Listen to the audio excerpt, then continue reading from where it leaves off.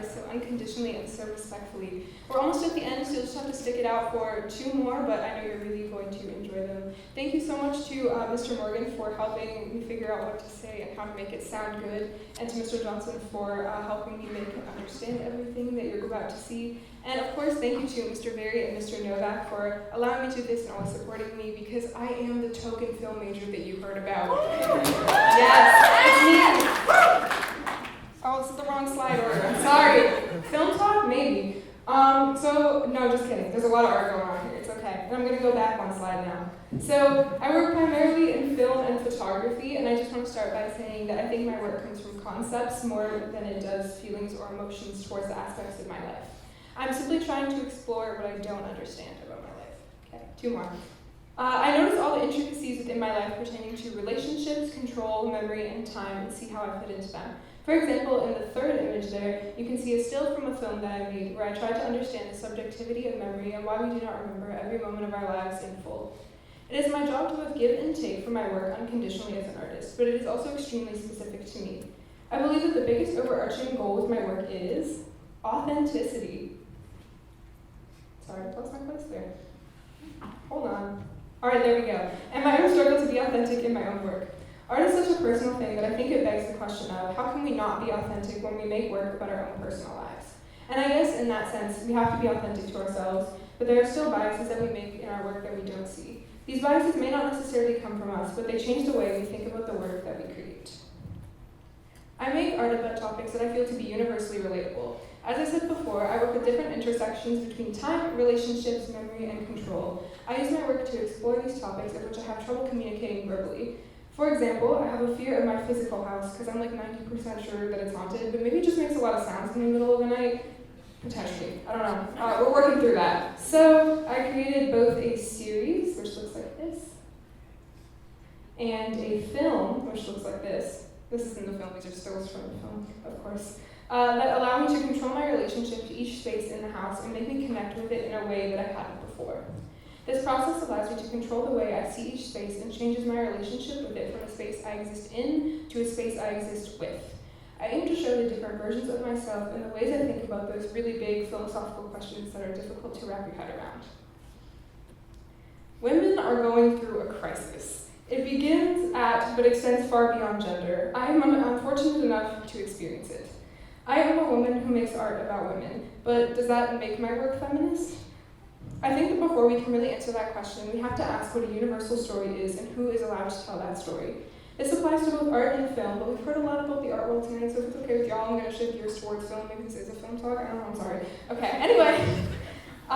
So in every piece of film that has been made by either a woman, person of color, or member of the LGBTQ+ community, it is always said to be a comment on those groups of people. We tend to look at every story made by a person of color through its relation to the filmmaker's background, every story created by an LGBTQ+ person as a queer story, and every story told by a woman through its relation to feminism. But where does this leave straight, cisgender, white men? We look at stories made by and about women as feminist, but do we look at stories made by and about white men as misogynist?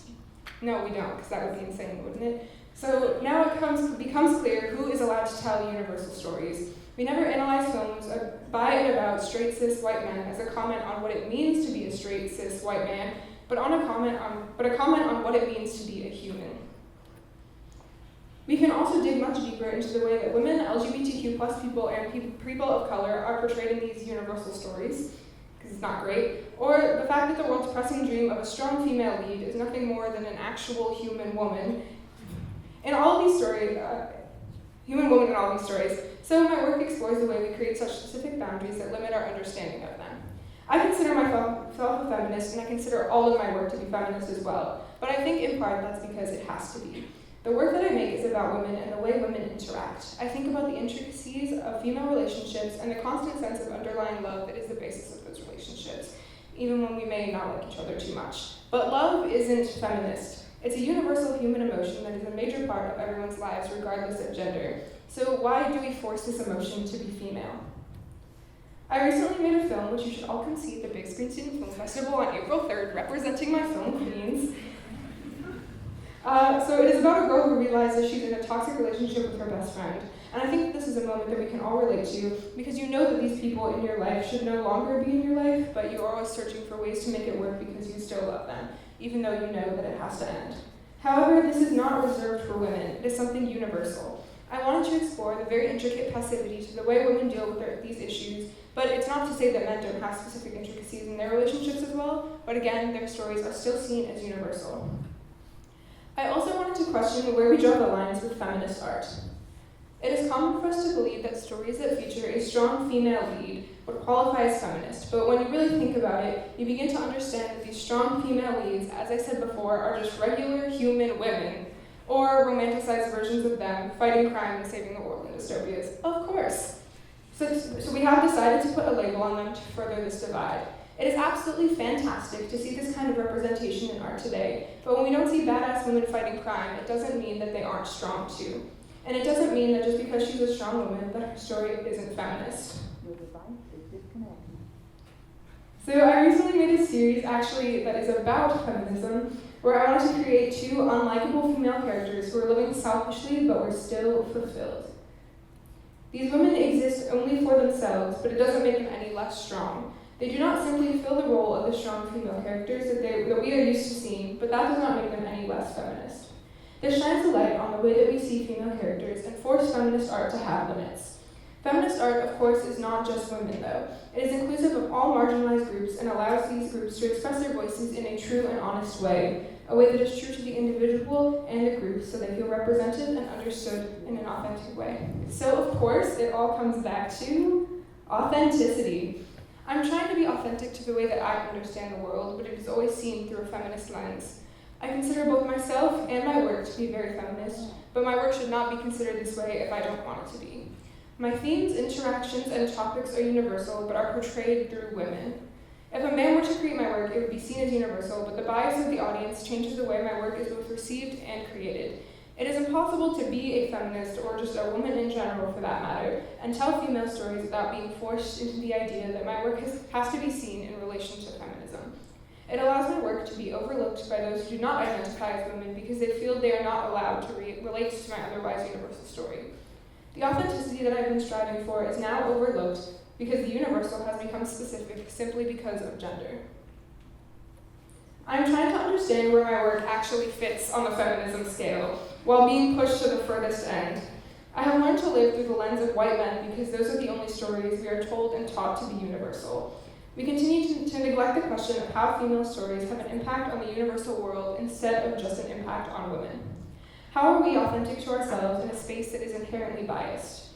Is it possible to be a woman who makes work about women without it being a specifically feminist piece? That being said, it's not that I don't want to make feminist work, and I absolutely love it, but I have to ask myself whether or not my work has a place in society if it isn't feminist. All good art is simultaneously feminist art, but it isn't just feminist art.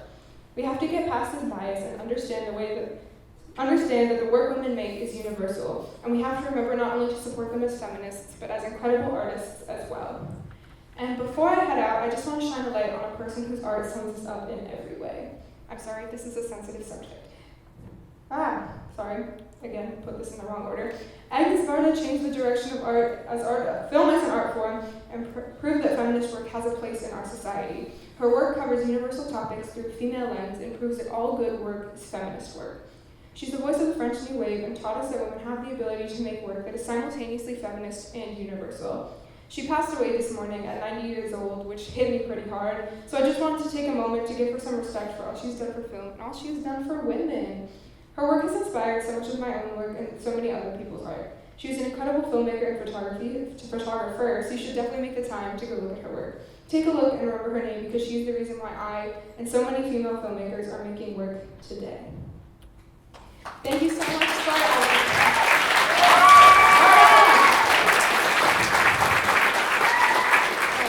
Thank you so much for listening to me go on and on. I really appreciate it. So if you want to see some more of my artistic endeavors, you can check out my Instagram or my website. They're up there because I got to get in that promo. Thank you.